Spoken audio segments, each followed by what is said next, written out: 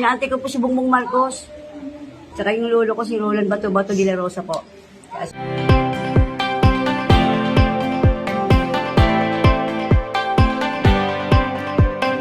So ito nga, kukwento po ni Ate Rosabel kung bakit hindi po yung pera ni Daddy Frankie yung nagamit sa funeral service ni Joy Joy. Ano yun? Paano ba yun, Te? Ako po yung nanay ni Joy Joy. Ito po yung totoo niyan. Yung ginamit sa pambayad sa burial ni Joy Joy, ni Dangsky, galing po sa sponsor ni Dangsky yan. Hindi po yung pera ni Daddy Frank. Kaya po sa mga nagbabas, sana po, tigilan niyo na po. Kasi pangit yung mga pamanhiin niyo po. Saka yung mga sinasabi niyo na, bakit ko in-extend yung libing? Kasi po, inaantay ko po si Bongbong Marcos. Saka yung lolo ko si Roland Bato de la Rosa po. Kasi pa sa mga nagbabas, na bakit ako umiyak, na may patay po ako kaya ako umiyak. Maghintay at umasa sa mga ipinangakong tulong o abuloy mula sa mga taong nakapaligid o may kinalaman sa nangyari kay Joy Joy.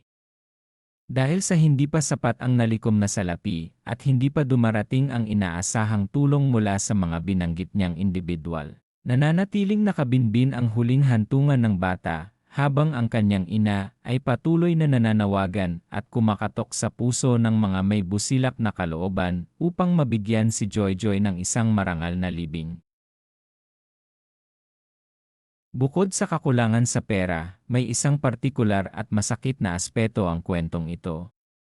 Binanggit ng ina na ang kanilang pamilya ay umaasa rin sa ipinangakong tulong o abuloy mula sa mga taong may kinalaman, nakasaksi, o nakapaligid sa nangyari kay Joy Joy na tinukoy niya bilang mga taong may pariwara o sangkot sa sitwasyon. Ang paghihintay sa tulong na ito na hindi dumarating o kulang pa ay lalong nagpapatagal sa proseso, kulang pa talaga maging ang kabaong niya ay hindi pa maayos. Bukod sa kakulangan sa pera, may isang partikular at masakit na aspeto ang kwentong ito. Binanggit ng ina na ang kanilang pamilya ay umaasa rin sa ipinangakong tulong o abuloy mula sa mga taong may kinalaman, nakasaksi, o nakapaligid sa nangyari kay Joy Joy na tinukoy niya bilang mga taong may pariwara o sangkot sa sitwasyon. Ang paghihintay sa tulong na ito na hindi dumarating o kulang pa ay lalong nagpapatagal sa proseso, kulang pa talaga maging ang kabaong niya ay hindi pa maayos.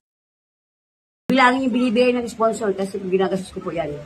Ayun, so ayan po sa mga nakikiisyoso, sa mga hindi makaintindi, ewan ko ba kung ano yung merong isip sila.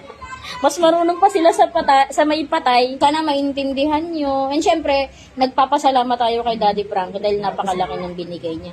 Ito pa, hindi naman din ako nakikipagkumpetensya sa bigay. Kung ano yung naibigay ko, di ba? Malaking bagay na.